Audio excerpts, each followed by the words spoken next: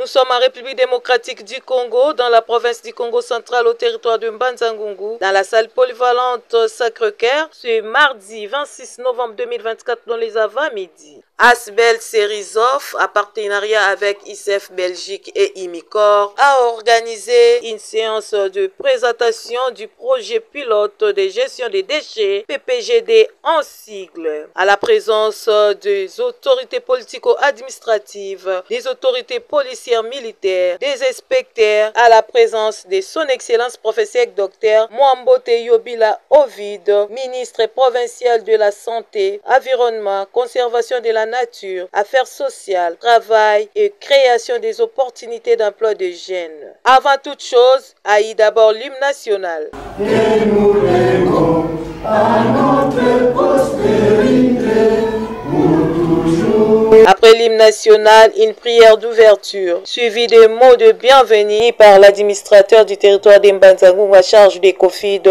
Madame Makubungu. Excellence, Monsieur le ministre, pour sa présence au milieu de nous. Cela témoigne de l'importance qu'il a accordée à cette activité.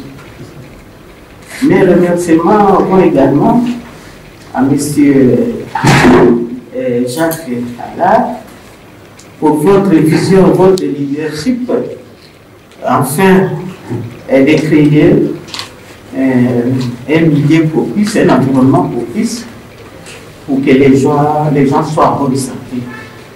Je tiens aussi à remercier Roger Serizov pour l'exécution de ces projets, pour le bien-être de la population, ainsi que pour l'assainissement du milieu, ainsi que la santé publique de toute la population. J'espère qu'on venait de dire c'est le travail de tout le monde. Nous devons mettre main dans la pâte. Ça ne concerne pas seulement l'ONG et l'Asbel Serizov ou l'État congolais, mais tout le monde, les chefs de quartier, les médecins, tout le monde doit contribuer. Secrétaire général de l'Asbel Serizov, Marie-Claude Touzolana, a donné l'historique du projet PPGD. C'est pour nous un grand honneur de prendre la parole devant cette illustre assemblée pour échanger sur ce projet pilote de gestion des déchets, PPGD en sigle, à Mbanza-Ngungu. Nous ne saurons vous présenter ce projet sans pourtant vous faire savoir d'où il provient. En effet, le Centre de récupération et d'intégration sociale féminine, Serizov en sigle, dont la mission principale est de contribuer à l'amélioration des conditions de vie des communautés vulnérables avec une attention particulière à la femme que nous considérons comme pilier du développement socio-économique des ménages et de la société, avait rencontré en 2021, par le biais de l'association Avolar, le partenaire Ingénieurs sans frontières Belgique, qui était venu dans notre territoire, précisément à Boko, pour la réalisation d'un projet d'eau.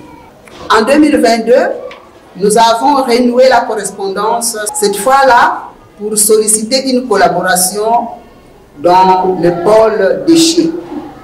Et c'est de là que tout est parti et que nous nous sommes mis d'accord de mettre en place un projet pilote visant l'assainissement et l'hygiène, en collectant les déchets des ménages pour les acheminer au site de décharge situé au village Kikeba à Boko secteur. L'ingénieur sans frontières Belgique, Jacques Allard, a présenté les projets PPGD. Pourquoi un projet pilote? Bon, la philosophie, c'est mettre un projet qui est adapté au pays et pas faire un copier-coller de ce qui se passe dans d'autres pays. Club, mais ça ne marche jamais. Donc il faut faire un projet qui est adapté à la population locale et surtout aux coutumes locales et aux déchets locaux. Le déchet varie d'une région à l'autre. Je ne dis même pas d'un pays à l'autre, je dis même d'une région à l'autre. Alors, une fois que ce projet est en place, c'est de le suivre et l'évaluer. Après, c'est le corriger si nécessaire. Alors, pourquoi on parle d'un projet pilote? Parce que justement, le mot pilote permet de dire qu'on va peut-être un peu changer l'idée. Et une fois qu'on le maîtrisera bien, qu'on verra que ça marche, l'idée, évidemment, c'est de prendre cette base-là et l'étendre sur les autres quartiers. Le ministre provincial de la Santé et Environnement, Conservation de la Nature, Affaires sociales, Prévoyance sociale, Travail et Création des opportunités d'emploi des jeunes, son Excellence professeur Dr Mwambote Yobila Ovid, qui nous explique l'essence de sa présence ici en Mbanza-Ngungu. Ce qui justifie ma descente ici en Mbanza-Ngungu, c'est la rencontre avec le partenaire ISF Belgique qui appuie déjà quelques ONG locales de Mbanza-Ngungu sur l'assainissement de la ville. Nous demandons l'implication de la population dans ce programme d'assainissement. La mauvaise gestion des données occasionne l'insalubrité de nos villes, la prolifération des maladies et ça a un coût sur les ménages. Nous demandons leur implication pour que les projets d'assainissement que le gouvernement provincial est en train de mettre en place en collaboration avec ce partenaire puissent aboutir.